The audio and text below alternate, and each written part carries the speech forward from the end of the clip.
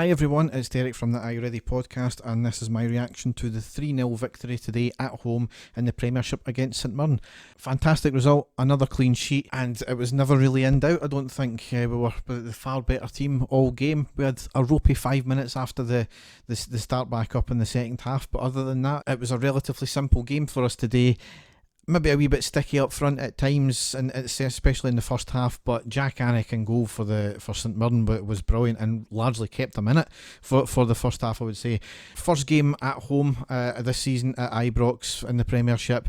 New look RTV. The flags were up on the seats. Clive Tilsley on commentary. Piped crowd noise for the first half certainly. New scorecard and time graphics on the RTV as well. It was fantastic to see, and it looked so professional, the whole setup. But really, right from the off today, there was only ever one team in it. We were doing what we normally do. We get a lot of the possession, we are probing in and around the box, and we restricted St Mirren to literally having nothing in the first half. We had a number of corners in the half as well. We're trying different things, and we were shooting more often as well, which was good to see. Maybe a bit blindsided at times, but as I've said all the time, I would rather them actually try and have the effort and it could be deflected into goal, rather than just trying to play into a box, realise we're crowded out, and then just play back out to try and start again. Have the shot, it might come off, and well, obviously that's kind of what we've done. But as I said, there was quite a few good saves from Anick. There was in the 13th minute, good pressure from us, ending in Aribo having a shot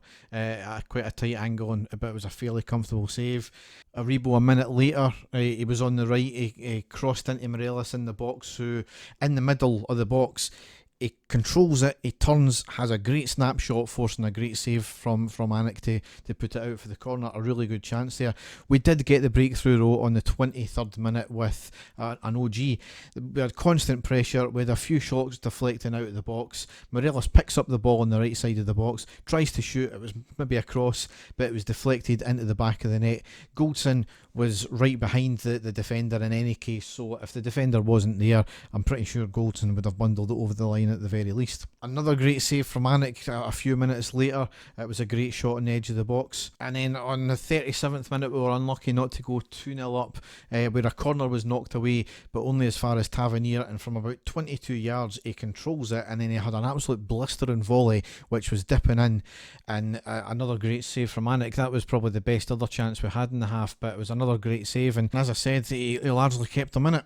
Into the second half, I don't know where the sound went. Obviously there was no background crowd noise, and of that note, I felt the crowd noise, they got it spot on today. I've heard quite a few, and we've had a couple in the pre-season as well when it was at Ibrox, and we've heard some in England and Germany, and it's just been rather dull and boring, whereas this was actually quite dynamic. And I don't know if somebody was pressing buttons and putting crowd noises in at the right times, but it was largely spot on today. So it was a bit disappointing not to have it in the second half, and it did, create a bit of an atmosphere, I felt, as well, strangely. So, but in the first 5 minutes of the second half, we were a wee bit shaky. They had a quick chance where McLaughlin, his first real thing he had to do all day, kind of came from his mistake as well, where it was a cross, played it deep into the back post. He tried to come for it, but he'd kind of misjudged it. He ended up going as far as the St Mirren attacker, who had a shot, and McLaughlin had to be alert to block it. They had another shot as well. It was a free kick right on the edge of the box, but it was up and over the wall.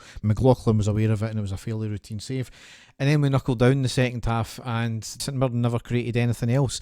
Jack Anick had another couple of good saves, and then we went 2-0 up on the 69th minute with Morelos getting a goal. It was a corner in from the right from Tavernier. Morelos with a powerful header down at the ground and into the back of net. Textbook goal, great corner from Tavernier. And on the 73rd minute, we made it 3-0, and Morelos once again, the ball from Aribo to Barisic on the left, drives it into the box. He actually taken a bit of a bad touch, but managed to get a cross off at the touchline.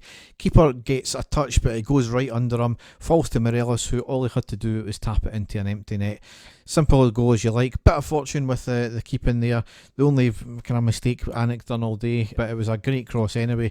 Maybe a wee bit too powerful from, and Morelos capped off a good performance again and got his second goal. So that's him off the mark now.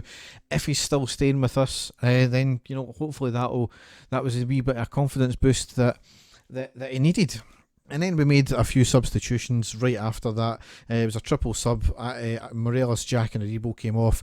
Itten got his debut. Arfield and Davis came on. And then a few minutes later, Kent and Barisic came off. And Barker and Bassey came on. So obviously got to be happy with that. It was a relatively straightforward game in the end. As I said, I'm not going to get too annoyed at the first half, because even though I would have liked to see us maybe create a wee bit more. Anik had a fantastic game, and as I said, it pretty much kept him in it. It would have been a barrel load if it wasn't for him.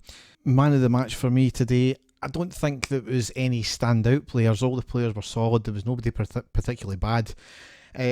Alfie, you've got to be a look in for his 2 goals. Granted, one of them was a tap in. Maybe Barisic I would give it to, because he was up and down that wing, solid in defence, creating stuff going forward. So Barisic, my man of the match. Big bonus tonight, and as much as we need to only focus on our game, we've got to really, take into account what the opposition do as well. As Celtic dropped a surprising 2 points tonight against Kilmarnock, so that's us 2 points ahead already. So fantastic. Obviously sets us up for the next game on Wednesday, which is at home to St Johnstone. So game's coming thick and fast. It's another vitally important game, and we just need to keep on going. And if we can create as much as we did, and at least make their keeper pull off saves, then we can only be happy with that. That was the one thing we weren't doing last year, is we're not putting their keeper under enough pressure. Eventually you put the keeper under enough pressure, and they will break, and that's kind of I think what happened today. So as I said, Wednesday is the next game. Dave and I are actually going to be recording our next main podcast on the Thursday, so that'll be out on some point on Friday. So we'll cover the Leverkusen game, today's game, and the game against St Johnstone as well. I'll be back after the St Johnstone game with a quick post-match roundup. As ever, if you want to go to check us our stuff out, you can go to our website, which is ireadypodcast.wordpress.com, and there you can find all the stuff that we do. So have a good rest of your Sunday night. Thanks for listening, and goodbye.